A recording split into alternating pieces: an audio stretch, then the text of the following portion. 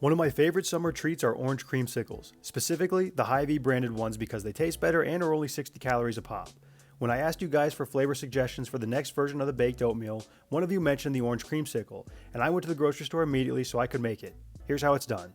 I used canned mandarin oranges for this, but you'll still need one regular orange in order to get 1 tablespoon or 8 grams of zest from. The orange zest will help give the oatmeal a stronger orange flavor. Next, you're going to grate 3 to 4 medium carrots or 150 grams worth using either a box grater or a microplane. Now I know you may be thinking, carrots and an orange creamsicle? What the funk?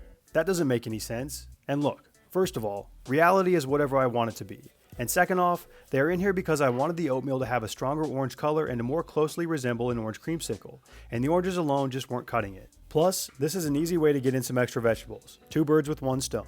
The base of the oatmeal is the same as it always is. 3 cups or 240 grams of rolled oats, 2 scoops or 60 grams of vanilla whey protein powder, and 1 teaspoon or 4 grams of baking powder. Per many of your suggestions, I also added a half teaspoon or 2 grams of salt, but I think it's better without it.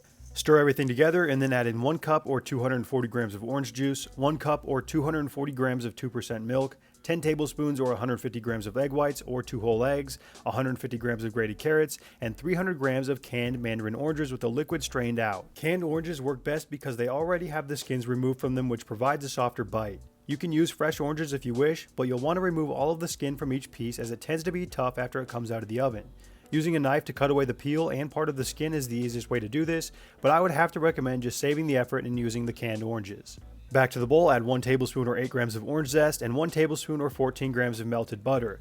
Mix everything up until it is well combined. Next, we're going to make the cream part of the creamsicle. Take 4 ounces or 113 grams of softened cream cheese and add to it 2 tablespoons or 20 grams of sugar and 1 teaspoon or 4 grams of vanilla. You can easily use a non-nutritive sweetener in place of the sugar if you wish. Stir that together until it's well combined. Spray a 13x9 baking dish with oil, or you can line it with parchment paper. I tried to cut the parchment so that it would lay flat and nicely in the pan, and it didn't work, so just plop a piece over the top and pour the oat mixture into the middle if you plan on using the parchment.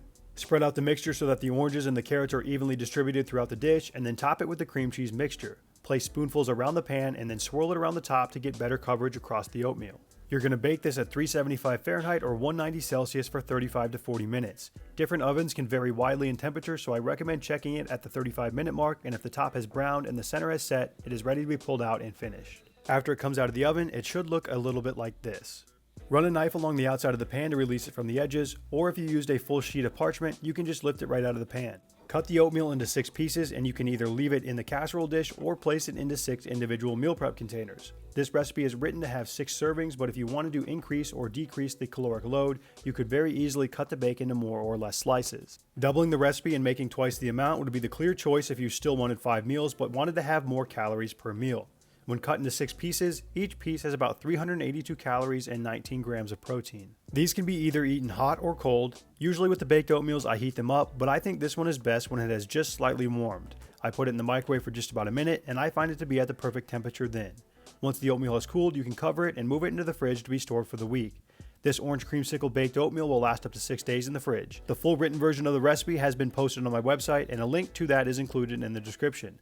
As always, if you decide to try this one, take a picture and send it to me on Instagram at the Meal Prep Manual. That's all for this week. See you next Sunday.